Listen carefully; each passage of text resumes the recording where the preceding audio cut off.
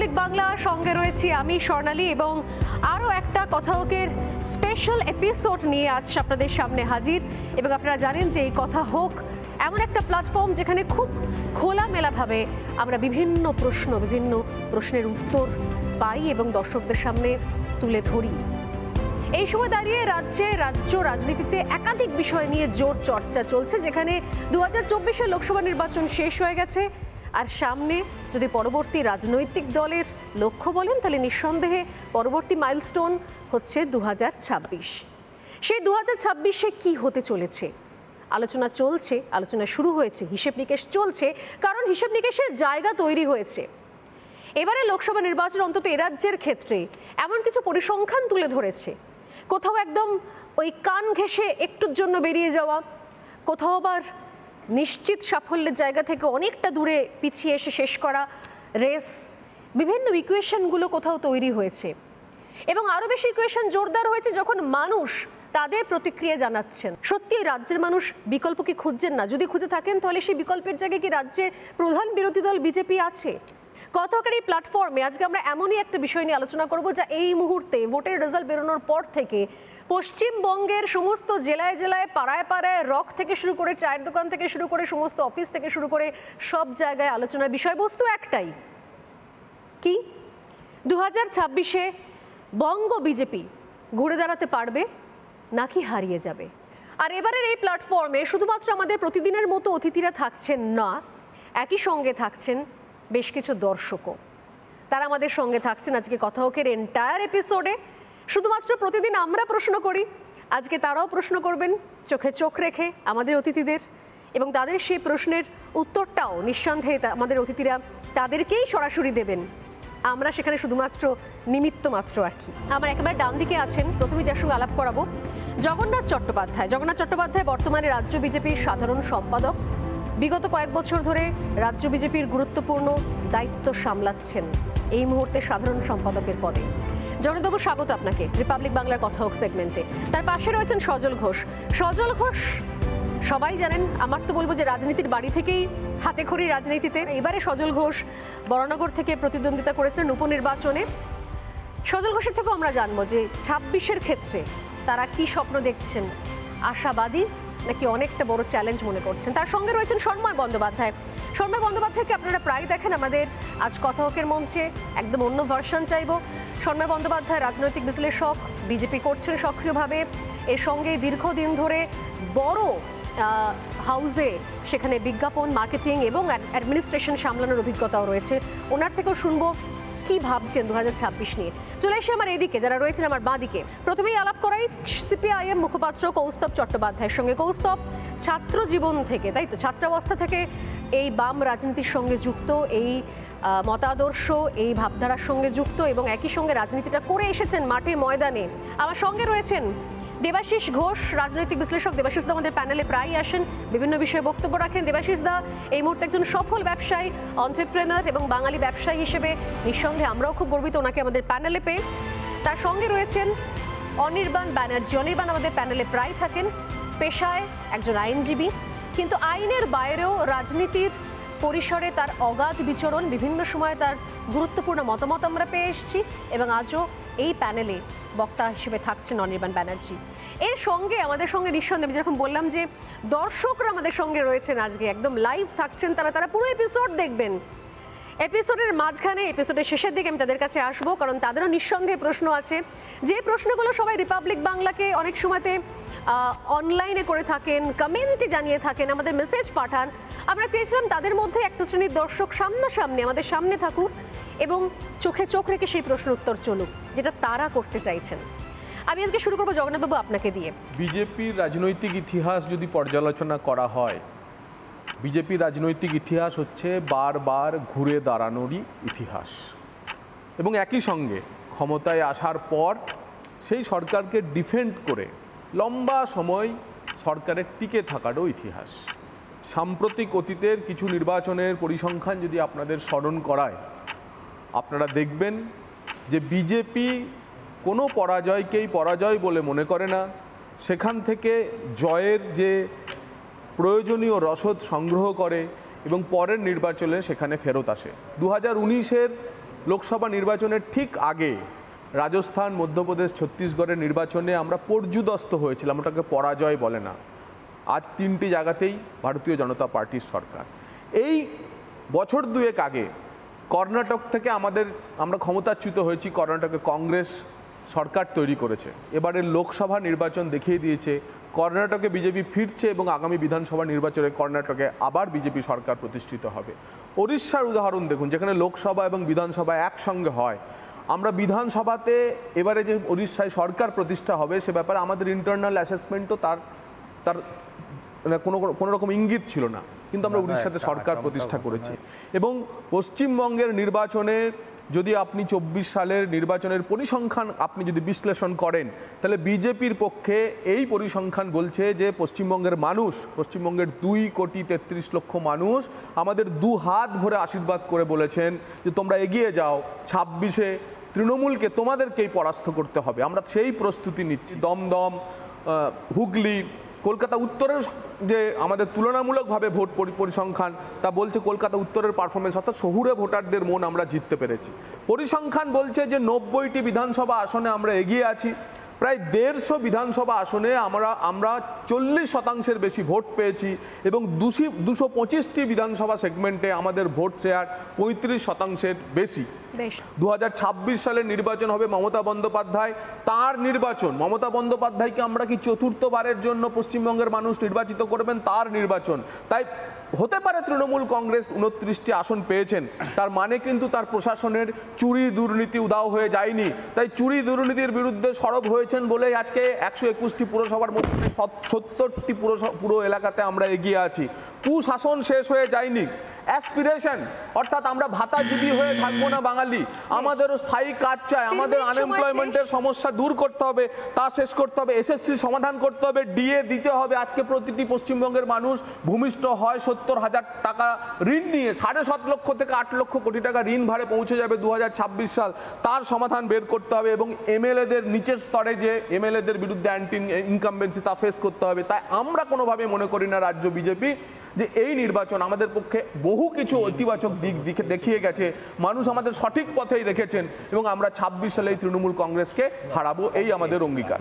বেশ, মানে অনেকগুলো জায়গা যেটা রাজ্য বিজেপি মনে করছে সেগুলো তাদের জন্য পজিটিভ দিক। কিন্তু আমি আবারও সে একই জায়গা থেকে শুরু করি, আমি আসবো কৌস্তবের কাছে। ঘুরে দাঁড়ানোর ক্ষেত্রে একটা অন্য জিনিসও নিহিত আছে কৌস্তব, সেটা হচ্ছে বাংলার বিকল্প, শাসক দলের বিকল্প। আমি যেটা শুরুতেই বলছিলাম, সেই বিকল্পের জায়গায় কি আর অন্য কোনো রাজনৈতিক দলকে আমরা পাচ্ছি? যদি না পাই তাহলে একমাত্র অপশন বিজেপি থাকছে।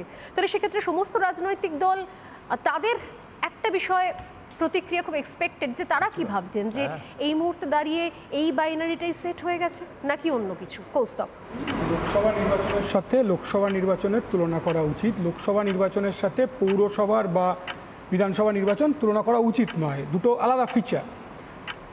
প্রথমে আমি বলবো যে আমরা যা এক্সপেক্টেড রেজাল্ট সেই তুলনায় খারাপ হয়েছে। আমাদের জানাই ছিল, বোঝাই ছিল যে 4-5টা সিটে আমাদের ভালো ফলাফল হতে পারে। দেখেছেন মুর্শিদাবাদ 1,40,000 ভোট, 5,18,000 ভোট হয়েছে। বহু সিট আছে যে সিটে আমাদের এক্সপেক্টেড রেজাল্ট হয়নি। আমাদের কথা নিয়ে, মানুষের এজেন্ডা নিয়ে আমরা গেছি। তৃণমূল বিজেপির সাথে অর্থ বলুন, মিডিয়া বলুন, বিজ্ঞাপন বলুন, আমরা পারি, এটা অস্বীকার করার জায়গা নেই। 2019 সালের নির্বাচনের পরে তৃণমূলের নেতারা দেখা হলে এইবার স্টুডিওতে, এই তোমাদের ভোট সব বিজেপিতে চলে গেল, সেই কারণে বাম ভোট নাকি রামে চলে গেল। আবার দেখুন এবারে 2024 নির্বাচনে বিজেপির নেতারা বলছে সিপিআইএম এত ভোট পেল কিছু কিছু কেন্দ্রে, 16%, 17%, 18% ভোট পেল, 14% ভোট পেল। যেমন সজলদা বারবার বলছে যে ওইখানে তন্ময়দা অত ভোট পেয়েছে, সেই কারণে জেতেনি। আমার কথা হচ্ছে যে ভোট কারুর স্বর্ণালী পৈতৃক সম্পত্তি না। এবারে নির্বাচনে সবচেয়ে আনফর্চুনেট যেটা খুবই আনফর্চুনেট, যে কোনো রাজনৈতিক দলের ক্ষেত্রে আনফর্চুনেট, তৃণমূল বিজেপি মানবে কিনা জানি না, সেটা হচ্ছে polarisation of votes. Hindu vote একটা বড় অংশের বিজেপিতে চলে গেছে, আর সংখ্যালঘু ভোট তা হচ্ছে তৃণমূল কংগ্রেসে চলে গেছে। এটা খুবই খারাপ। এবং তৃণমূল কংগ্রেস যে কাজটা বারবার প্রতিনিয়ত করছে যে বিজেপি এসে যাবে এবং সংখ্যালঘু ভোট, বিজেপি এসে গেলে সংখ্যালঘু ভোটের অসুবিধা হবে, এই পোলারাইজেশনটা তৃণমূল কংগ্রেস খুব সুন্দরভাবে করছে। আমি একটা রাজনৈতিক দল বিজেপি, তৃণমূল চোর, এবার কোনো সন্দেহই নেই, তৃণমূল খারাপ, তৃণমূল লুম্পেনদের পার্টি, সব ঠিক, তৃণমূল দুর্নীতিগ্রস্ত, সব ঠিক। কিন্তু বিজেপি একটা ন্যাশনাল পার্টি, তার রাজনৈতিক স্লোগান হচ্ছে জয় Shriram. What is this? Ayodhya cut to size করে দিয়েছে। আমি বলছি যে কথাটা আসলে নির্বাচনের ইস্যুটা নির্বাচন কিন্তু রাজনীতির ভিত্তিতে হয়েছে। মানুষকে আমরা কোনোভাবেই মানুষকে ছোট করছি না। বামপন্থীরা, বিশেষ করে আমি জ্যোতিবাবুর সেই কথা বলবো যে মানুষের ওপর আস্থা হারানো পাপ। মানুষ বোঝে যে কখন কে বিরোধিতার জায়গায় যেতে পারে। আসলে এই লোকসভা নির্বাচনেও এক একটা কেন্দ্রে সিপিআইএম যে ভোট পেয়েছে, যারা সিপিআইএমকে ভোট দিয়েছেন, লেফটকে ভোট দিয়েছেন, কংগ্রেসকে ভোট দিয়েছেন, আমাদের জোটকে ভোট দিয়েছেন, তারা কিন্তু এটা বুঝেই ভোট দিয়েছেন যে পশ্চিমবাংলার যা পলিটিক্যাল সিচুয়েশন তাতে বিজেপি পারবে না। সেই কারণেই তারা আমাদের ভোট দিয়েছে, নাহলে ভোট দেওয়ার অন্য কোনো কারণ নেই। তো এখানে যদি খেলা ঘোরাতে হয়, সরকার চেঞ্জ করতে হয়, তাহলে বাম কংগ্রেস ছাড়া অন্য কোনো বিকল্প নেই। মানে 26 সেক্ষেত্রে কি মনে করছেন বিজেপি পারবে না? আমি বলছি তো। যদিও একটুখানি বেশি সময় হয়ে গেল, আমি একদম সরাসরি সজলদার কাছে চলে আসবো, দ্বিতীয় বক্তা।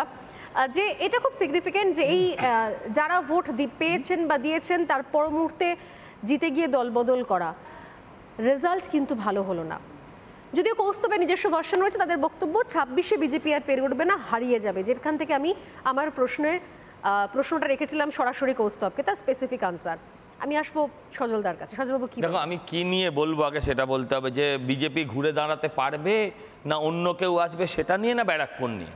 না, বিজেপি ঘুরে দাঁড়াতে আমাদের। তাহলে আমি ব্যারাকপুরটা অন্যদিন বলবো। হ্যাঁ, আমি ভাবছি যে বাইরে এত রোদ্দুর, কাঠফাটা রোদ্দুর, উইক ডেজ, দুপুরবেলা, হ্যাঁ, এইরকম সময়ে দাঁড়িয়ে কৌস্তব কী করে অম্লান বদনে বলে গেল যে অল্টারনেটিভ হচ্ছে বাম কংগ্রেস। এটা ভাবতে অবাক লাগছে। ও বললো বটে 16-17% বিভিন্ন জায়গার, আসলে ওদের ভোট সারা বাংলায় 4 থেকে 5%, তার বেশি কিন্তু একেবারেই নয়। আমার অবাক হচ্ছে পোলারাইজেশন। আরে ভাই, যদি পোলারাইজেশন না থাকতো তোমাদের সেলিম সাহেব সেকেন্ড পজিশন পেত না, ওরও জামানত যেত। পোলারাইজেশন আছে বলেই আজকে মোহাম্মদ সেলিম তিনি ওখান থেকে প্রার্থী হয়েছেন, সমস্ত কিছু পাত্তারি গুটিয়ে এখান থেকে মুর্শিদাবাদে গিয়ে দাঁড়িয়েছেন। পোলারাইজেশনের সুযোগ নিতে গিয়ে আইএসএফ এর সঙ্গে সমঝোতা করতে গিয়ে অজিত চৌধুরীকে স্টেজ থেকে ফেলে দিয়েছিলেন। এসবগুলো আজকে ভুলে গেলে হবে? এসবগুলো আজকে ভুলে গেলে হবে না। শুনুন, আমাদের হারানোর ব্যাপারটা আসছে কেন? আমরা সিট কম পেয়েছি। সিটটা হচ্ছে, ধরুন কেউ অফ সাইডে গোল দিয়ে দিয়েছে, আমরা হেরে গেছি, রেফারি দেখেননি, অফ সাইডে গোল হয়েছে, হ্যান্ডস অফ গড, মারাদোনা হাত দিয়ে বল ঢুকিয়ে দিয়েছে গোলে, কেউ বুঝতে পারিনি, কিন্তু হেরেছে। যে দল হেরেছে তার ইতিহাসে হারাই লেখা থাকে। প্রশ্ন হচ্ছে আমরা কত % ভোট পেলাম? আমাদের ভোট কমলো না বাড়লো? যাদের সঙ্গে আমাদের প্রতিযোগিতা তাদের ভোট কমছে না বাড়ছে? আমাদের ভোট কমেনি, আমাদের পার্সেন্টেজও বেড়েছে, আমাদের নাম্বার অফ ভোটও বেড়েছে। আর ঠিক উল্টো দিক থেকে তৃণমূলের নাম্বার অফ ভোট কমেছে, পার্সেন্টেজ হয়তো অঙ্ক কষে তারা দেখাচ্ছে এখনও ঠিক হয়ে আছে। মমতা বন্দ্যোপাধ্যায়ের সেই বিখ্যাত ডায়লগটা নিশ্চয়ই মনে আছে, হয় এবার নয় নেভার। রাজনীতিতে এবারও হয়নি, মানে সেবার ওনার হয়নি, আবার নেভারও হয়নি। চুপচাপ ফুলেচাপ বলেছিলেন, দেয়নি মানুষ, ভিক্টরি দেখিয়েছিলেন। তখন এনারা আমার ডান দিক বাঁদিকে দুজনেই সংবাদ মাধ্যমের সঙ্গে যুক্ত ছিলেন। তারা মনে আছে যে বলেছিলেন এর পরের মিটিংটা রাইটার্সে করব, সেটাও হয়নি রাজনীতিতে। 42-এ 42 বলেছিলেন, হয়নি রাজনীতিতে। অতএব রাজনীতি সবসময় সম্ভাবনার শিল্প। আমাদের যদি ভোট কমে যেত, আমরা ভাবতাম যে আমাদের থেকে মানুষ মুখ ঘুরিয়েছে, রেজাল্ট হয়নি। রেজাল্ট না হওয়ার পেছনে আমাদের দুর্বলতা আছে, সিপিএমের ভোট কাটা আছে, হ্যাঁ, অনেক কিছু, বিভিন্ন জায়গার বিভিন্ন ন্যারেটিভ আছে। আমরা ভেবেছিলাম আমাদের কাজের মধ্যে দিয়ে ভোট পাবো, হয় ভোট পেয়েছি, সিট পাইনি। আর সিট না পেয়ে ভোট পেয়ে, আমি আপনাকে একটা পরিসংখ্যান দিই, হ্যাঁ, আমার সালটা এক্ষুনি মনে পড়ছে না, 19% ভোট পেয়ে মায়াবতী উত্তরপ্রদেশে লার্জেস্ট পার্টি হয়েছিলেন। দেখুন, এগুলো মানুষ আসলেই চেয়েছে সিপিএমকে প্রকৃত সর্বহারা রূপে দেখতে। সিপিএম বলে না সর্বহারার পার্টি, তা নয়, সিপিএমকে সর্বহারা করে দিয়েছে মানুষ। এই যে রোজ আপনাদের ন্যারেটিভ, সিপিএম উঠে আসছে, ক্যাচ কলা দেখিয়ে দিয়েছে মানুষ। আর কংগ্রেসের তো প্রশ্নই নেই, এখানে ভালো করেছি, ওখানে ভালো করেছি, একটা রাজ্যে ওরা টিকেছিল, কেরালা, সেখানেও ফুস। আর দেখুন মমতা ব্যানার্জি কবার ফেল করেছিলেন, তখন তো কেউ কিছু বলেননি। আমরা তো এই যে সিরিয়াস ইলেকশনে, আমরা তো 19 সাল থেকে লড়ছি, নিশ্চয়ই আমরা 26-এ এখানে সরকার করব, এ বিষয়ে কোনো দ্বিধাদ্বন্দ্ব নেই। বাকিরা টিভিতে না থাকলে বাকিদের অস্তিত্ব খুঁজে পাওয়া যায় না, তারা স্বপ্ন দেখছে তারা নাকি অল্টারনেটিভ হয়ে দাঁড়াবে। সময় একদম শেষ, আমি আর একদম সময় দিতে পারছি না।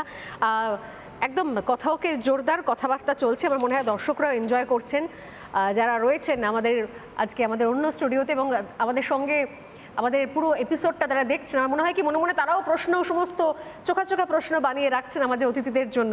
আমি আসবো আপনাদের সবার কাছে, তবে তার আগে আমি দেবাশিসদার কাছে চলে আসবো। দেবাশিসদা, যেটা আমি যেরকমভাবে কৌস্তবের কথার সূত্র ধরেই সজলদার কাছে গিয়েছিলাম, সজল ঘোষের কাছে, সজল ঘোষের একটা কথার সূত্র ধরে আমি আপনার কাছে আসছি। ভোট পেয়েছি, সিট পাইনি, এটা ঘটনা, বিজেপির ভোট বেড়েছে। দেবাশিসদার কাছে আসবো।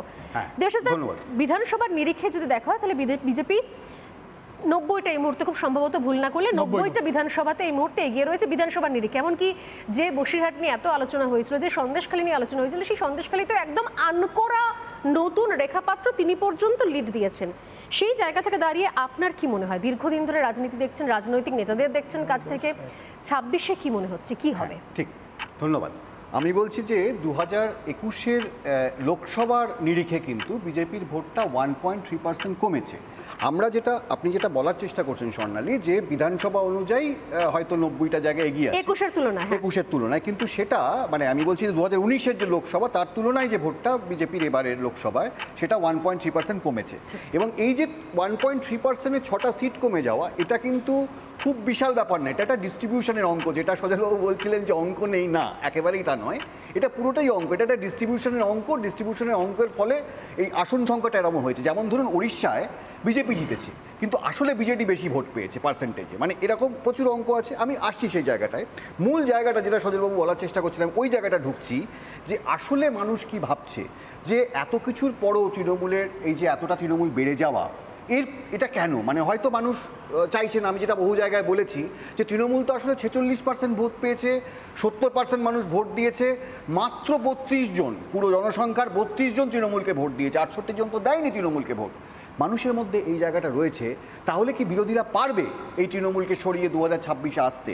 আমি এখানে অ্যাডলফ হিটলারের কথা একটু বলি। অ্যাডলফ হিটলার একটা খুব কথা বলেছিলেন, খুব বিখ্যাত কথা, to conquer a nation first disarm its citizen.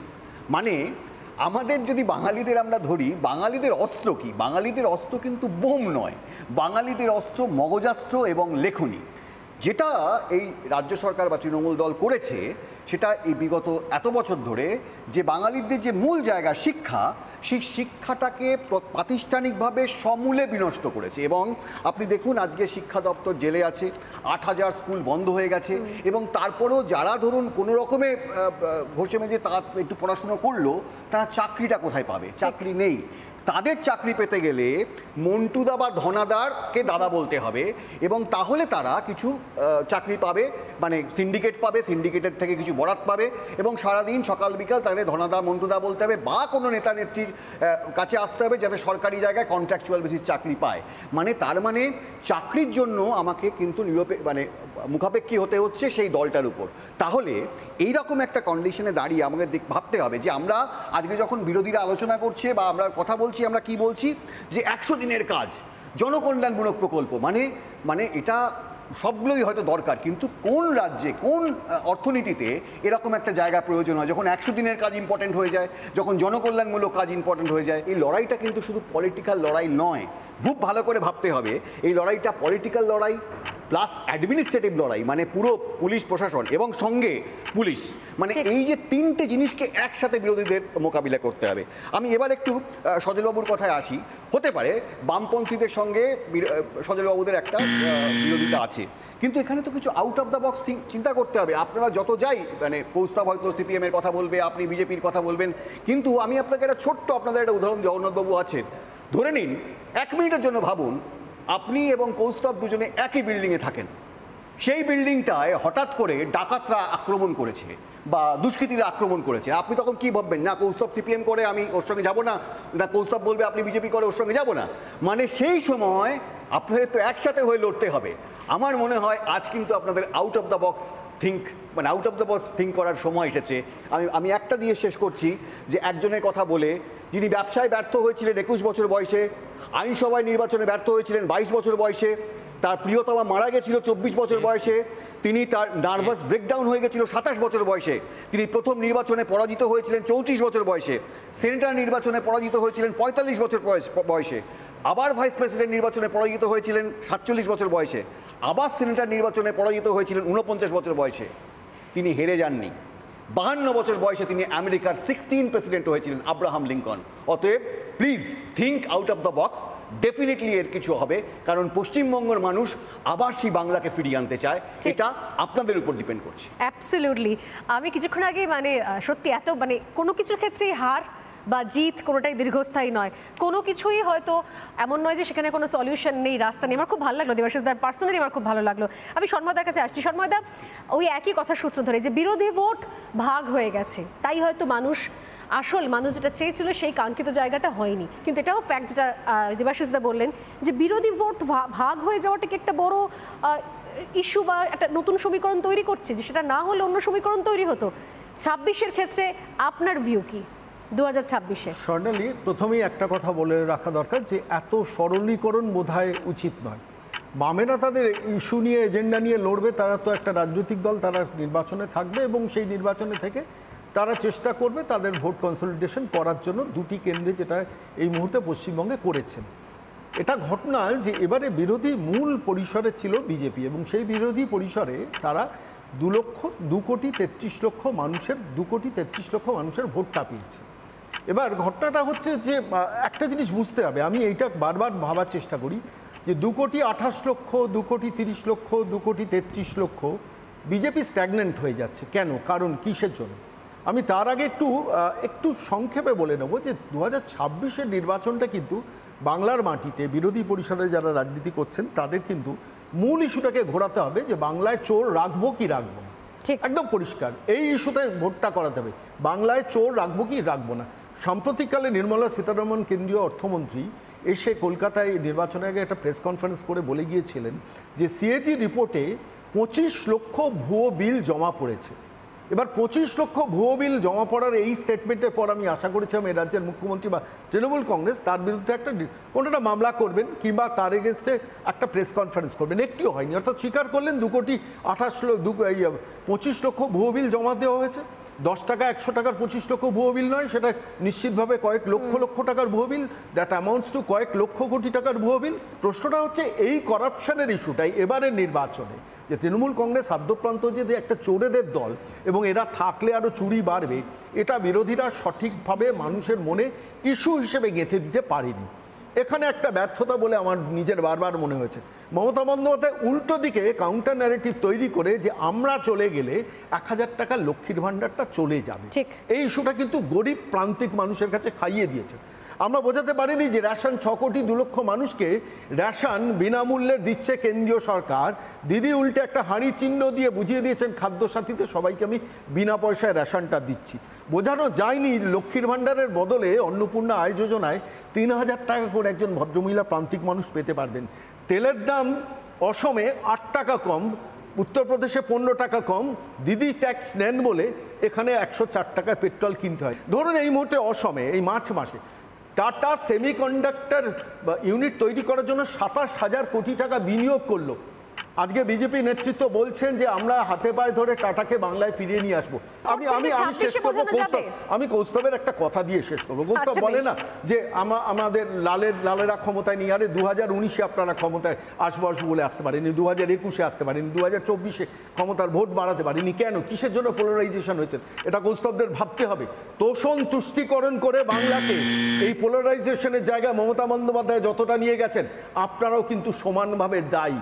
সেলিমকে Murshidabad যেতে হয় ওই কারণে, তার কারণ আলটিমেটলি আপনারাও জানেন যে পার্টিকুলার কমিউনিটির ভোট দিয়ে আমাদের ভোট ব্যাংকটাকে সুসংহত করা দরকার। একদম সময় একটুখানি অতিক্রমী হয়ে গেলাম। একদম আমার শেষ বক্তা আসবো অনির্বাণের কাছে, যদিও দর্শকের কাছে আমাদের প্রশ্ন রয়েছে। দর্শকের প্রশ্ন শুনে আমি আবার সবার কাছে আসবো খুব সংক্ষেপে কয়েক সেকেন্ডের জন্য কনক্লুশন করার জন্য এই আজকের কথাকের এই সেশনটা। তবে তার আগে অনির্বাণ, দেখো, সবার কথা পরিশেষে একটা কথা বলি যে বিভিন্ন দল তারা কখনো ভোটে জিতবেন, কখনো ভোটে হারবেন, কখনো কিছু আসন বাড়বে, কখনো কমবে, কিন্তু রাজনৈতিক পরিসর প্রত্যেকটি রাজ্যের বা প্রত্যেকটি জনগোষ্ঠীর ক্ষেত্রে সবসময় এক নয়। বাংলার যে রাজনীতি তার একটি বিশিষ্টতা রয়েছে, সেই বিশিষ্টতা রাজনৈতিক দলগুলি দেননি, এটা আমরা আমাদের সমাজ থেকে পেয়েছি।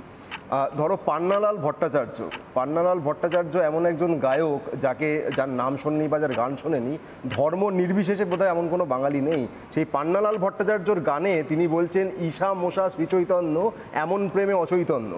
আমরা জানি যে সাধারণত শ্যামা সঙ্গীতে পান্নালাল বাবু গান গাইছেন, কিন্তু এই যে লাইন দুটি, এতে খুব স্পষ্টভাবে বোঝা যায় যে আমাদের সংস্কৃতিতে, বাঙালির কৃষ্টিতে ঈশা মশা শ্রীচৈতন্য এক পংক্তিতে উচ্চারণ করতে কোনো বাধা নেই। সেই রাজনৈতিক যে ধারা, যদি আমি সমাজ থেকে উঠে আসে রাজনীতি, তার যদি ধারার কথা বলি, সেইখানে আরএসএস বা বিজেপি একটি মস্ত মিসফিট মাত্র। এখানে প্রতিষ্ঠান বিরোধিতার জায়গা সবসময় থাকে। কোনো একটি দল সে সরকারে থাকবে, তার বিরুদ্ধে বহু মানুষ থাকবেন, এটাই স্বাভাবিক। একটু আগে ওই দেবাশিস দা অঙ্ক কষে 32 জনের কথা বলছিলেন, একই কথা সিপিআইএম যখন ছিল তাদের ক্ষেত্রে প্রযোজ্য। এখন যে বিজেপি তারা ইউনিয়ন সরকারের ক্ষমতায় আছে, 37% ভোট পেয়েছে, মানে 63% উল্টো দিকে ভোট দিয়েছে, এটা চলতে থাকে। কিন্তু একটি রাজ্যের যে রাজনৈতিক ক্যারেক্টার বা চরিত্র, সেটাকে আমূল পরিবর্তন করার যে অপচেষ্টা, সেইটা বিজেপি বাংলায় বারবার চেষ্টা করছে এবং ধরা পড়ে যাচ্ছে। আমি আপনাকে বলছি যে 30 থেকে 40% মাঝে তারা ভোট পাচ্ছে, এটা তাদের কমিটেড ভোট নয়, এটা প্রতিষ্ঠান বিরোধী ভোট। কিন্তু এই ভোটের খুব কম শতাংশ আছে যারা আরএসএস বা বিজেপির রাজনীতিকে মন থেকে মেনে নিয়ে ভোট দিচ্ছেন। খুব কম লোক তাদের রাজনীতিকে মেনে নেন, বেশিটাই প্রতিষ্ঠান বিরোধিতার জায়গা থেকে তারা ভোট দিচ্ছেন। আর একটা উদাহরণ আপনাকে দিই, তারা হিন্দুত্বের নামে স্বামী বিবেকানন্দকে টেনে আনেন এবং বলেন যে আমরা 500 বছর 600 বছর ধরে পরাধীন রয়েছি। আজকে এই পরাধীনতার প্রশ্নে স্বামী বিবেকানন্দ নিজে কি বলে গেছেন আমি আপনাকে একটুখানি পড়ে শোনাই। তার বক্তব্য হচ্ছে, ভারতে মুসলিম বিজয় নির্যাতিত গরিব মানুষকে মুক্তির স্বাদ দিয়েছিল। আমি গোটা লাইনটা পংক্তিটা পড়ছি না, এটা তার রচনাবলিতে রয়েছে। আপনি আমাকে বলুন, আরএসএস যে বা বিজেপি যে প্রচারটি করে যে ব্রিটিশদের আগে যে মুসলিম পিরিয়ড, মোগল পিরিয়ড ইত্যাদি ছিল, সেটাও নাকি পরাধীন ভারত আমরা ছিলাম, তখন নাকি আমরা পরাধীন ছিলাম, সেটাকে খণ্ডন করছেন কে? খোদ স্বামী বিবেকানন্দ। এই যে সামাজিক চরিত্র, এই জায়গা থেকে বাংলার রাজনীতি তৈরি হয়েছে। আমি পরামর্শ দেওয়ার কেউ নই, কিন্তু কৌস্তব দাদের আমি বলতে পারি, আপনারা অন্তত এই জায়গায় আসুন যে শুধুমাত্র তৃণমূল কংগ্রেস বিরোধিতা নয়, বাংলার রাজনীতির যে আত্মা, সেইটাকে আপনারা বাঁচানোর জন্য লড়ছেন, সেটা নিছক তৃণমূল বিরোধিতায় হারিয়ে দেবেন না। সেই দুর্বলতার জায়গাতেই কিন্তু সেই ছিদ্র দিয়ে কালসাপ হয়ে বিজেপি ঢুকেছে। আপনারা সারেন্ডার করেছেন, আপনাদের পলিটিক্সটাকে সারেন্ডার করে দিয়েছেন। এটা নিছক ভোটের অঙ্ক নয়। দয়া করে তৃণমূল কংগ্রেস বিরোধিতার নামে বিজেপিকে এই জায়গাটা পুনরায় করে দেবেন না। বাংলার মানুষ আপনাদের যে রাজনীতি, এই ফান্ডামেন্টালিস্ট অ্যাপ্রোচটাকে পছন্দ করেন না। আজকে যদি প্রতিষ্ঠান বিরোধিতার জায়গায় তৃণমূলের বিরুদ্ধে অন্য কোনো দল সঠিকভাবে উঠে আসতে পারে, বিজেপি নিশ্চিহ্ন হয়ে যাবে। তৃণমূল কংগ্রেস তার হাজার দোষ থাকতে পারে, কিন্তু সে বাংলার দল, সে বাঙালির দল এবং বাঙালির কৃষ্টিকে সে কখনো আক্রমণ করেনি। যে কারণে তৃণমূল 26-এ পুনরায় জিতবে। আমি চাই ব্যক্তিগতভাবে বাঙালি হিসেবে বিজেপি বা আরএসএস বাংলার রাজনীতির মানচিত্র থেকে মুছে যাক। সেই জায়গায় যে উঠে আসুক, তৃণমূল 26-এও জিতছে, বিরোধী জায়গাটা কারা নেবে সেটা নিয়েই লড়াই। বেশ, আমাদের প্রত্যেকে বক্তার সময় একদম শেষ।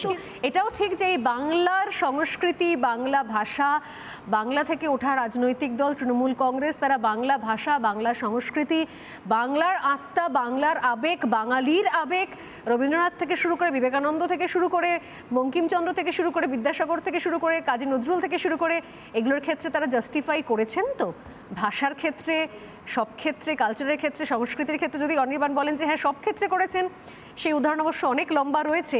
আর দ্বিতীয়ত হচ্ছে ধর্ম নিয়ে রাজনীতি, ধর্মীয় রাজনীতি, তোষণের রাজনীতি, এইটা এই বাংলায় কারা প্রতি মুহূর্তে করে চলেছে, কোন রাজনৈতিক দল, এই নিয়েও প্রশ্নের অবকাশ রয়েছে। কিন্তু প্রত্যেকের কাছে আমি কনক্লুশন রাউন্ডের জন্য আসবো, তবে তার আগে আমি সরাসরি চলে যাচ্ছি আমাদের দর্শকের কাছে। এই মুহূর্তে সরাসরি প্রশ্ন নেব। প্রত্যেকেই অনুরোধ, নিজেদের নামটা বলবেন আর তার সঙ্গে আপনার প্রশ্নটা যদি ছোট হয় ভালো হয়। প্লিজ শুরু থেকে প্রশ্ন করবেন, বলুন। নমস্কার, আমি অরুণা রায়, পেশায় শিক্ষিকা। বেশ, অরুণা, কার কাছে প্রশ্ন আপনার? প্রশ্ন আমার অনির্বাণ বাবুর কাছে, যেহেতু উনি শাসক দলের মানুষ। তো আজকে বঙ্গ বিজেপি ঘুরে দাঁড়াবে না হারিয়ে যাবে সেটা একান্তভাবেই বলবে হচ্ছে আমাদের যারা রাজনীতির থেকে এসছেন ওনারা। তো আমি বেহালা পশ্চিমের বাসিন্দা এবং 128 নম্বর ওয়ার্ডেরও বাসিন্দা, সেই হিসাবে আমি বলবো যে আমাদের বিধায়ক 2022 সালের 23শে জুলাই থেকে জেলবন্দি আর কি, আর আমাদের 128 নম্বরের কাউন্সিলর দুবার ইডির দ্বারা ডাকা হয়েছে তাকে।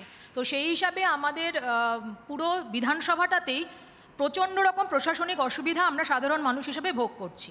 আর শিক্ষিকা হিসাবে এটা বলবো যে শিক্ষক দুর্নীতি যেটা হয়েছে, দিন দিন যে যোগ্য প্রার্থীদের চাকরি পাওয়ার সম্ভাবনা কমে যাচ্ছে এবং প্রতিবার কোর্ট একটা রায় দিচ্ছে আর শাসক দল তার এগেনস্টে চলে যাচ্ছে অন্য সুপ্রিম কোর্টে বা এরকমভাবে, তো এটা আর কতদিন? পার্থবাবুকে দলীয় স্তরে তাকে সাসপেন্ড করা হয়েছে, তিনি বিধায়ক হিসেবে পদত্যাগ করবেন কিনা এটা তার বিষয়, কিন্তু যেটা প্রশাসনিক স্তরে করা সম্ভব ছিল তদন্তকারী সংস্থার পক্ষে সেটা হলো দ্রুতগতিতে তদন্ত শেষ করে চার্জশিট জমা দেওয়া। তিনি যদি আদালতের রায়ে দোষী সাব্যস্ত হতেন তার বিধায়ক পদ এমনিই চলে যেত। আমরা দেখেছি চিটফান্ড তদন্ত আজ 12 বছর হতে চললো, সে তদন্তের কোনো শেষ তো দেখাই যাচ্ছে না, শুরুটা ঠিকঠাক হয়েছে কিনা সেটাই বোঝা যাচ্ছে না। পরবর্তী দর্শকের কাছে যাব। নেক্সট কোয়েশ্চেন কে করবেন? পরবর্তী দর্শক। নমস্কার সকলকে, ঋতব্রত আচার্য, বিবিএ স্টুডেন্ট। বেশ, ঋতব্রত কার কাছে প্রশ্ন আপনার? প্রশ্নটা দুজন বামপন্থী একজন এবং তৃণমূলপন্থীর কাছে। অরবিন্দ ঘোষ বলেছিলেন, যিনি বললেন যে আরএসএস এসে বাংলার কৃষ্টিকে ধ্বংস করছেন, তো উনি এটা মাথায় রাখতে পারবেন যে অরবিন্দ ঘোষ বলেছিলেন যে জাতীয়তাবাদের উত্থানের সাথে হিন্দুত্বের উত্থান এবং হিন্দুত্বের উত্থানের সাথে জাতীয়তাবাদের উত্থান পতন জড়িয়ে থাকে, অর্থাৎ একের উত্থান পতন মানে একটার উত্থানে আরেকটার উত্থান, একটার পতন আরেকটার পতন। এবং উনি যে বললেন যে আরএসএস বাংলা কৃষ্টিকে ধ্বংস করছে না, তো তৃণমূলের যে সমস্ত এমপি এমএলএ যারা আছেন, বালুবাবু বা পার্থবাবু বা ইত্যাদি ইত্যাদি যারা, অনুব্রতবাবু বা আমি নিজে বসিরহাটের ছেলে, ওখানে আরেকটু দূরে সন্দেশখালী, তো সন্দেশখালীর যে বেতাজ বাদশাহ যিনি খাঁচায় এখন বন্দি, আগে বাঘ অবস্থায় ঘুরে বেড়াচ্ছিলেন, তো এনারা কি বাংলার সংস্কৃতিকে আরও উচ্চতায় পৌঁছে দিয়েছে হয়তো ওনার মনে হতে পারে। এবং বামপন্থী যিনি আছেন ওনার কাছে আমার একটাই প্রশ্ন যে জ্যোতি বসু, আমি অনেক জুনিয়র, আপনাকে আমি প্রশ্ন করছি, জ্যোতিবাবু বলেছিলেন যে মানুষও ভুল করে, তো 34 বছর ধরে মানুষ ভুল করেছিল এখন ঠিক করছে না, 34 বছর ঠিক করেছিল এখন ভুল করছে? এটা দুজনের কাছেই প্রশ্ন, যখন খুব সংক্ষেপে দুজনের থেকে উত্তর নেবে। আগে অনির্বাণ। দেখুন, রাজনৈতিক দলের মধ্যে কোথাও কেউ খারাপ কাজ করছেন না, সবাই খুব ভালো কাজ করছেন এরকম কথা আমি বলবো না, কিন্তু কোনো রাজনৈতিক দল স্বাধীন ভারতে তারা প্রমাণিত গণধর্ষক এবং গণহত্যাকারীদের পক্ষে দাঁড়াচ্ছে, এটা আরএসএস বিজেপি ছাড়া কেউ। মমতা ব্যানার্জি ছাড়া কেউ জানতে পারতো না। আপনি জানেন না যেটা, সেটা ফালতু কথা বলবেন না। ব্রাইট ছেলেও আমার ভালো লাগছে, কিছু অনেকগুলো গুরুত্বপূর্ণ কথা বললো। আমি শুধু একটা কথা বলি, মানুষ ঠিক করবে, ইতিহাস ঠিক করবে 34 বছর ভালো ছিল কি খারাপ ছিল আমি ঠিক করতে পারি না। সজল একটু দাঁড়াও। আমি শুধু তোমাকে বলছি, জানো ছোটবেলা আমার এক বন্ধু ছিল, বুঝলে তো, আমি তার বাড়িতে গেছি, খবর পেয়েছি তার বাবা তাকে মারছে, তো গিয়ে দেখলাম সে অঙ্কে 3 পেয়েছে। একটু শুনে না ভাই সলবাবু, প্রাক্তন তৃণমূল, একটু শুনে না।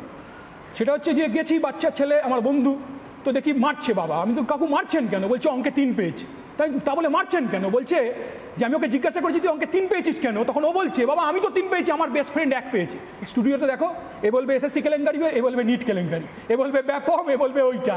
যা তৃণমূল এখানে করেছে তাই গোটা দেশে বিজেপি করেছে। যা তৃণমূল এখানে করেছে গোটা দেশে বিজেপি তাই করেছে।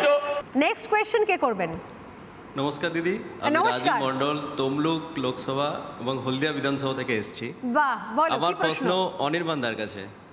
দাদা, প্রতিটা ভোটের সময়, ভোট হয়ে গেলে এবং ভোট চলাকালীন আপনাদের যে হিংসা, ভোটের হিংসা, ঠিক আছে, মানে অনেকের বাড়ি ভেঙে দেওয়া হয়েছে ভোটের পরে আমাদের এলাকাতে অনেককে, এবং আমাদের পাশে নন্দীগ্রাম থেকে মা ছেলের মৃত্যুর ঘটনাও উঠে এসছে ওই জায়গা থেকে। আর মুখ্যমন্ত্রী এ বিষয়ে কোনো সদিচ্ছার অভাবও দেখাচ্ছেন, তিনি এ বিষয়ে তিনি শক্তভাবে দেখছেনই না। আর পুলিশ প্রশাসনের কি ভূমিকা রয়েছে অনির্বাণদা যদি একটু বলেন। মানে এত ভোট ভায়োলেন্স কেন? অন্য কোনো রাজ্যে তো হয়নি, রাজ্যে কেন হিংসা? পোস্ট পোল ভায়োলেন্স, এটা কমন প্রশ্ন। আমি অনির্বাণের কাছে উত্তরটা নিয়ে আসছি জগন্নাথদার কাছে। অনির্বাণ, খুব সংক্ষেপে, পোস্ট পোল ভায়োলেন্স যদিও খুব কমন প্রশ্ন, অনির্বাণের কাছে রোজই আমরা নিজেরাও করি। অনির্বাণ, না, এই পোস্ট পোল ভায়োলেন্স নিয়ে 2021 সালের পরেও আমরা অনেক বিতর্ক হয়েছিল, আমরা দেখেছিলাম সিবিআই এর হাতে সেই তদন্ত ভার যায়। আজ 2.5 বছর হয়ে গেল, সেই তদন্তগুলির কি অবস্থা ওই সারদা তদন্তের মধ্যে এখন আমরা কেউ জানি না। সেই সিবিআই তদন্ত চলছে তো চলছেই, আদৌ কতটা ঘটেছিল আমি অস্বীকার করছি। ঘটেছে খেজুরিতে যেমন তৃণমূলের লোকজন ঘর খারাপ হলে অভিযোগ, আবার বিজেপি অন্য জায়গায় তাদের অভিযোগ কেন করছেন। হচ্ছে না কিন্তু তৃণমূল? যারা তদন্ত করছেন তাদেরকে তো এই সরকার নিয়ন্ত্রণ করে। পিএমওর অধীন সিবিআই 2.5 বছর ধরে তারা একটা চার্জশিট জমা দিতে পারে না, হাজারে হাজারে। আমার মনে হয় আমার দর্শক উত্তর পেয়ে গেছে। আসলে পোস্ট পোল ভায়োলেন্স হচ্ছে কারণ এর জন্য দায়ী সিবিআই তদন্ত করে না, এর সঙ্গে রাজ্যের প্রশাসনিক ব্যবস্থা বা পুলিশ এর কোনো সম্পর্ক নেই। সিবিআই এর জন্য দায়ী যে রাজ্যে কেন হিংসা হচ্ছে।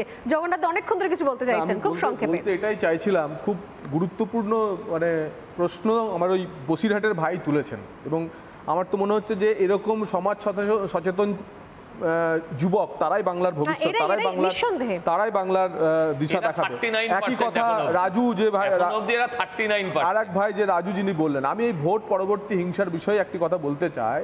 উনি একটা জ্বলন্ত উদাহরণ দিলেন যে বসিরহাটের একটি ওয়ার্ডে যেখানে বিজেপি লিড পেয়েছে সেখানে তার পরের দিন থেকে অত্যাচার শুরু হয়েছে, এবং সেটা শুধুমাত্র বসিরহাটের ঘটনা নয়, আমাদের কাছে এখনো পর্যন্ত যা তথ্য এসছে তাতে প্রায় 3300টি আমাদের বিজেপি কার্যকর্তার উপর এই 4 তারিখ থেকে এখনো পর্যন্ত অ্যাটাক হয়েছে। আমরা বাংলার মানুষের কাছে আমরা প্রশ্ন করতে চাই, উড়িষ্যাতেও তো ক্ষমতা বদল হলো, অন্ধ্রপ্রদেশেও তো ক্ষমতা বদল হলো, বাকি অনেক রাজ্যেও তো বিজেপির ফল খারাপ করেছে, কর্ণাটকেও তো ফল খারাপ করেছে, আমরা ভোট হেরে গেছি। কোনো জায়গা থেকে ভোট পরবর্তীকালে বিরোধী দলকে ভোট দেওয়ার জন্য তার উপর অত্যাচার নামিয়ে আসা, বিশেষ করে লুঙ্গি বাহিনীর অত্যাচার নামিয়ে আসায় তো হয় না। যদি লুঙ্গি বাহিনী অত্যাচার করে পোলারাইজেশন তো হবেই, এমনিই হবে। পরবর্তী বক্তার বক্তব্য শুনবো। আমার নাম দীপান্বিতা দে রায়। দীপান্বিতা, কার কাছে প্রশ্ন আগে? আমি জগন্নাথ চট্টোপাধ্যায় বাবুর কাছে আগে প্রশ্ন রাখতে চাই। আচ্ছা, আপনি প্রথমেই বললেন যে শহরের মানুষের ভোটারদের মন জিতেছেন, তো শুধু শহরের মানুষদের ভোটারদের মন জিতলেই কি হবে? আপনারা কি মনে হয় না যে গ্রামের একদম প্রান্তিক মানুষদের কাছে পৌঁছাতে আপনারা কিছুটা হলেও ব্যর্থ? সজলবাবু বললেন যে ভাঙা ক্যাসেটের মতো লক্ষ্মী ভাণ্ডার বেজেছে, কেন লাউড স্পিকারে আপনারা অন্নপূর্ণা ভাণ্ডারের কথা বাজাতে পারেননি? এগুলো কিন্তু আপনারা ব্যর্থ। বাংলার মানুষ কিন্তু আপনাদের ওপর ভরসা রাখছে। আপনারা নিজেদের ওপর ভরসা রাখছেন তো যে 2024-এ আপনারা আসতে পারবেন? আমি আরেকজন দর্শকের প্রশ্ন নিয়ে নিই, সময় একদম শেষের দিকে, তারপর আমি আসবো আমাদের স্টুডিওর গেস্টদের কাছে। নেক্সট কে কোয়েশ্চেন করবেন? আমার নাম যশ বিনানি আছে। কি নাম?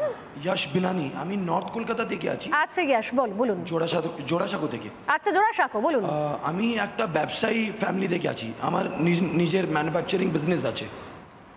সবসময় আমরা বেঙ্গলে দেখি কি বেঙ্গল মিন্স বিজনেস বলে বড় বড় অনুষ্ঠান হচ্ছে, প্রত্যেক বছরে একটা অনুষ্ঠান হচ্ছে, তারপরে এক্সপেন্ডিচার হচ্ছে, पर কোনো দিন ওর এক্সিকিউশন হলো না, কোনো ইনভেস্টমেন্ট আসলো না।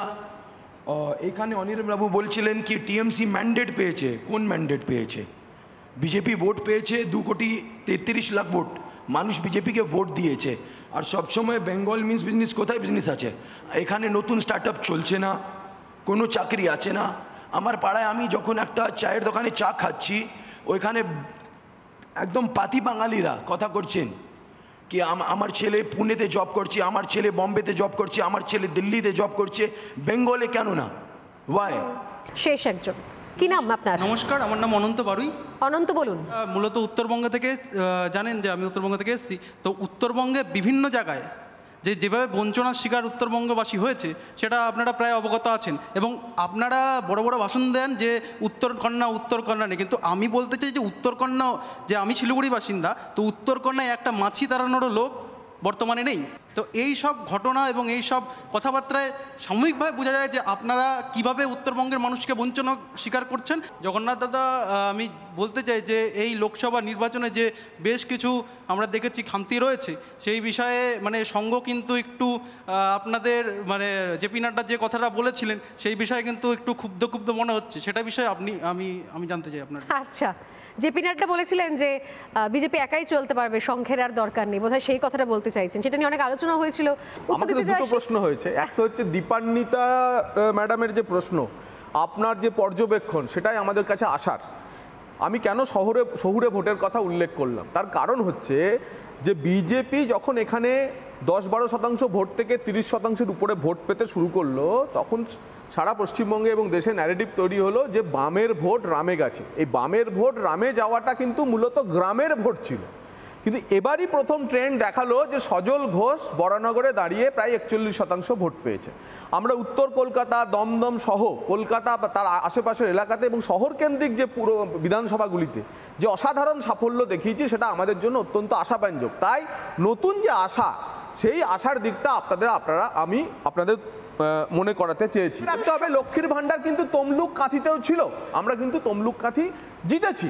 তো সাংগঠনিকভাবে কোনো জায়গায় আমাদের কি দুর্বলতা, তার চুলচেরা বিশ্লেষণ আমরা করছি।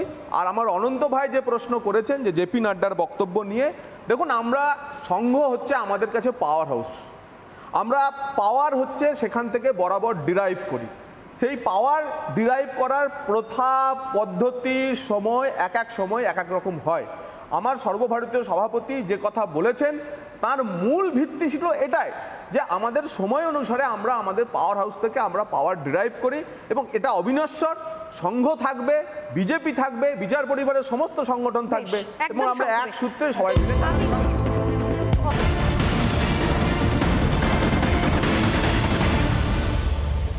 সংঘ থাকবে, বিজেপি থাকবে, বিচার পরিবারের সমস্ত সংগঠন থাকবে এবং আমরা এক সূত্রে সবাই মিলে কাজ করব। অন্নপূর্ণা ভান্ডারকে আপনারা সেভাবে তুলে ধরতে পারেননি, যেটা দীপান্বিতার কোয়েশ্চেন, খুব ভুল না বুঝলে আমি? না, উনি ঠিকই বলেছেন। লক্ষ্মী ভান্ডারের ক্যাসেট মানে এই যে ক্যাসেট, যেটা আপনি ভয়েস কল বললেন, বিভিন্ন জায়গায় একটা বক্তব্য শোনানো হচ্ছিল, অর্ধেক বক্তব্য কেটে, আমি সেটার কথা বলেছি। আমাদের দুর্বলতা আছে, অন্নপূর্ণা ভান্ডারের ক্যাম্পেনিং আমরা সেইভাবে নিয়ে যেতে পারিনি। কিন্তু আমরা 82 কোটি মানুষকে যে ফ্রিতে রেশন দিই, হ্যাঁ, আমরা যে এদেরকে যারা আজকে এই অনির্বাণ সহ যারা রোজ সকাল বিকেল তৃণমূলকে গালি দেয়, এদের রক্তে যে মোদিজির ভ্যাকসিন ঘুরে বেড়াচ্ছে, এটা আমরা কখনো তুলিনি। কারণ সরকার আর দল এক নয়। আরেকজন বলেছেন যে সিপিএমের রামে ভয় কি, যারা ভূতের যে কারণে, যেখানে ভূতের রামে যে কারণে ভয় থাকে, সিপিএমেরও সেই কারণে ভয়। এই রাজ্যের ক্ষেত্রে সত্যি সত্যি নো ভোট টু টিএমসি ধরনের কোনো ক্যাম্পেইন হয়নি, যেটা ইনিশিয়ালি শুরুতে আমার মনে হয়, যদি ভুল না করে, বিজেপির তরফ থেকে একবার বলা হয়েছিল, কিন্তু বাকি সেটা আমরা দেখতে পাইনি। কারণ জাতীয় স্তরে একটা জোট ইতিমধ্যেই বাম কংগ্রেসের সঙ্গে তৃণমূল কংগ্রেসের হয়ে গিয়েছিল, মেবি সেই কারণে হতে পারে। আমি দেবাশিসদের কাছে, আমাদের স্লোগান ছিল চোর ধরো জেল ভরো। সজলদা বিজেপির আসল স্লোগানটা বললো না। বিজেপির আসল স্লোগান হচ্ছে চোর ধরো আর বিজেপিতে ভরো, যেরকম সজলদারা এসে গেছে দলে দলে। উত্তরবঙ্গ নিয়ে প্রশ্ন ছিল সরাসরি, উত্তরবঙ্গ চিরকাল বঞ্চিত থাকে কেন? অনির্বাণ। তার আগে যশবাবুর কথার উত্তর দিইনি। আমি জানি না উনি কপুরুষ ধরে এখানে আছেন বা ব্যবসা করছেন, এখানে থেকে এখানে খেয়ে এখানে ব্যবসা করে দিব্যি ভালোভাবে থেকে বাংলায় কিছু নাই, এইটা বলার একটা রোগ অনেকের মধ্যে আছে। এবং তারা দেখেছি ছাপমারা বিজেপি হয়, উনি বিজেপি কিনা আমি বলতে পারবো না। আর ম্যান্ডেটের প্রসঙ্গে বলি, যখন আসন কেউ বেশি পান সেটাকে ম্যান্ডেট পাওয়া বলে থাকে, তাতে উল্টো দিকের কত ভোট হলো সেইটা গ্রাহ্য করতে হলে আমাকে এটাও ধরতে হবে রাষ্ট্রীয় স্তরে বিজেপি যা ভোট পেয়েছে, উল্টো দিকের ভোটের শতাংশ এবং সংখ্যা অনেক বেশি। তার মানে কি আমি বলবো ম্যান্ডেট এনডিএ পাইনি বা বিজেপি পাইনি? বিজেপি 400 বারের স্লোগান দিয়ে 240 300 নিচে আটকে গেছে, তার মানে এই নয় যে তারা ম্যান্ডেট পায়নি। এরকম বোকা বোকা অর্থহীন প্রশ্ন কোনো মানে হয় না।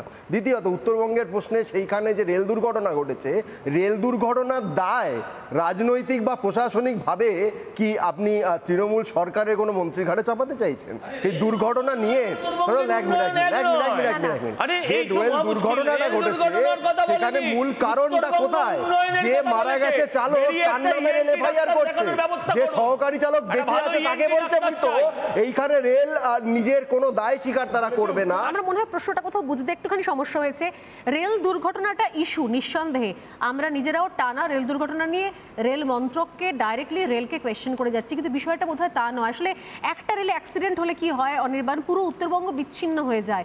এবং ও যেটা প্রশ্ন করছে বারবার, যে উত্তরকন্যা রয়েছে, উত্তরবঙ্গের প্রত্যেকটা বিষয়ের জন্য বারবার করে কলকাতায় আসা, সামগ্রিকভাবে উত্তরবঙ্গ উন্নয়নের জায়গাটা কোথায় রয়েছে? একমাত্র যোগসূত্র রয়েছে এই রেল, যেটা যদি কখনো সেখানে দুর্ঘটনা হয় পুরোটা বিচ্ছিন্ন।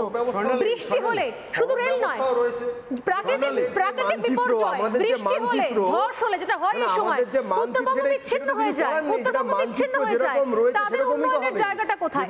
উত্তরবঙ্গে যাওয়ার রাস্তাটা এমন রয়েছে যেখানে কিছুটা বিহারের মধ্যে দিয়ে যায়।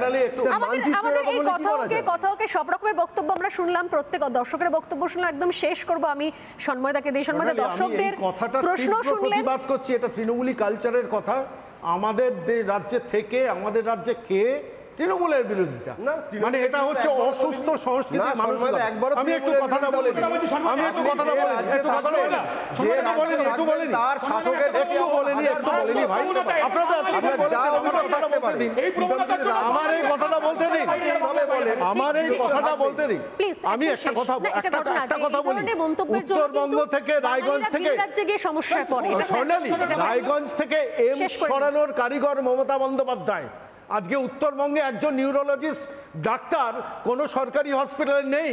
আজকে উত্তরকন্যাতে মাছি তাড়ানো হয় সঠিকভাবে বলেছেন, তার জন্যই ওই উত্তরবঙ্গে বারবার ধস নামে তৃণমূলের, তারপরে কোনো সংশোধনী মানসিকতা নেই। আমাদের কথাকের এই সেশন একদম সময় শেষ, এখানেই শেষ করছি। অনেক ধন্যবাদ, অনেক ধন্যবাদ, প্লিজ অনেক ধন্যবাদ আমাদের সেই সমস্ত দর্শকদের যারা বিভিন্ন প্রান্ত থেকে রাজ্যের, আমি দেখলাম কেউ উত্তরবঙ্গ থেকে, কেউ কাঁথি থেকে, কেউ দক্ষিণবঙ্গ থেকে তারা ছুটে এসেছেন কথাকে সোজাসুজি চোখে চোখ রেখে প্রশ্ন করার জন্য, তাদেরকে অনেক ধন্যবাদ। আলোচনা চলবে, কিন্তু নিঃসন্দেহে কথাকের এই প্ল্যাটফর্ম থেকে যে প্রশ্ন করেছিলাম 26-এর সম্ভাবনা নিয়ে, সেখানে একটা বিষয় স্পষ্ট হয়ে গেল আজকের এই গোটা এপিসোডের পর, যে বিরোধীরা কিন্তু নিজেদের মধ্যে কুস্তি লড়াই করছে, সেই লড়াইটা কিন্তু চলছে। যদি সেই লড়াই না থাকে তাহলে কি সমীকরণ একদম উল্টো হয়ে যেতে পারত, নাকি আসলে অন্য ধরনের সমীকরণ ইতিমধ্যেই তৈরি হয়ে গিয়েছে, ইকুয়েশন তৈরি হয়ে গিয়েছে, মানুষ ইতিমধ্যেই ভোটের মধ্যে সেটা বুঝিয়ে দিয়েছে। এখন 2 বছর পারফরমেন্স কি থাকে, আসলে মানুষের কাছে কোন কোন ন্যারেটিভগুলো তৈরি করতে পারেন রাজনৈতিক দল নিজেদের আদর্শের জন্য, সেইটা শুধুমাত্র দেখার অপেক্ষা। আমরা দেখব। প্রত্যেককে ধন্যবাদ জানিয়ে কথাকের এই স্পেশাল এপিসোড এখানেই শেষ করলাম। ভালো থাকবেন, নমস্কার। রিপাবলিক বাংলা যাদের সহযোগিতায় সফল হয়েছে সেই সমস্ত বিজ্ঞাপনদাতাদের জানাই রিপাবলিক বাংলার তরফ থেকে অনেক ধন্যবাদ। রিপাবলিক বাংলার কথা হোক co-presented by Indian Institute of Hotel Management, co-powered by Sriniketan, Rolik, Swami Vivekananda Group of Institutes and Ganguly Group.